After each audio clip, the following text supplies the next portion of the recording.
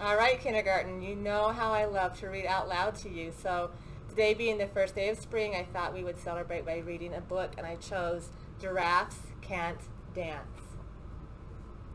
Gerald was a tall giraffe whose neck was long and slim, but his knees were awfully crooked and his legs were rather thin. He was very good at standing still and munching shoots off trees. But when he tried to turn around, he buckled at the knees.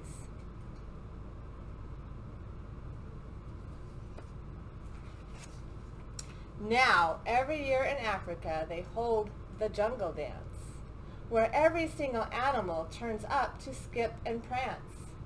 Jungle dance.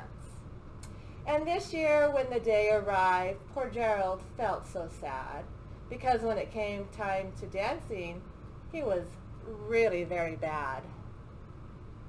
Everyone's dancing.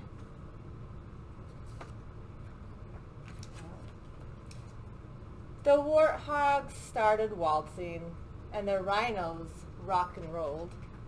The lions danced a tango that was elegant and bold.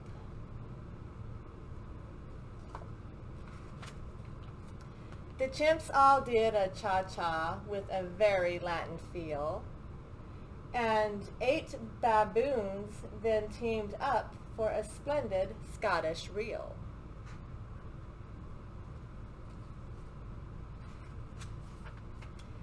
Gerald swallowed bravely as he walked towards the floor, but the lions saw him coming and they soon began to roar. "Hey, look at clumsy Gerald," the animals all sneered. "Giraffes can't dance, you silly fool." "Oh, Gerald, you're so weird." Uh-oh. Poor Gerald. See what he does. Gerald simply froze. He was rooted to the spot. "They're right," he thought. "I'm useless. Oh, I feel like such a clot." So he crept off from the dance floor and he started walking home. He'd never felt so sad before. So sad and so alone. Aw, poor Gerald. Look at him up here. Aw. Then he found a little clearing and he looked up at the sky. "The moon can be so beautiful," he whispered with a sigh. "Excuse me?" coughed a cricket who had seen Gerald earlier on. "But sometimes when you're different, you just need a different song."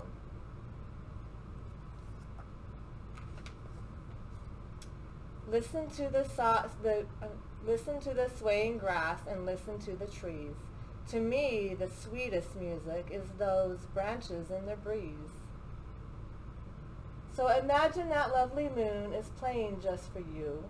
Everything makes music if you really want it to. There's the little cricket talking in his ear. With that, the cricket smiled and picked up his violin. Then Gerald felt his body to do the most amazing thing. His hooves had started shuffling, making circles on the ground. His neck was gently swaying, and his tail was swinging round. Oh boy, starting to feel the music. He threw his arms out sideways, and he swung them everywhere. Then he did a backward somersault and leapt up in the air.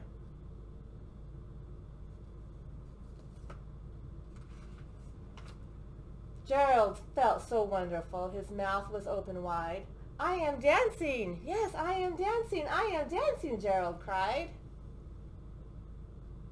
He's pretty excited about that. Then one by one, each animal who'd been there at the dance arrived while Gerald boogied on and watched him quite entranced. They shouted, "It's a miracle! We must be in a dream. Gerald's the best dancer we've ever seen."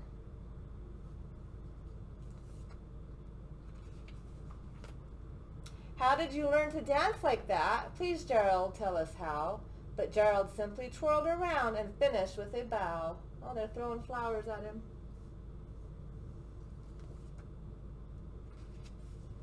Then he raised his head and looked up at the moon and stars above. "We all can dance," he said, "when we find the music that we love." All right, kindergarten. If you have a book that you remember us reading in kindergarten, have your parents text it to us, the name of it, and we can read it. Have a good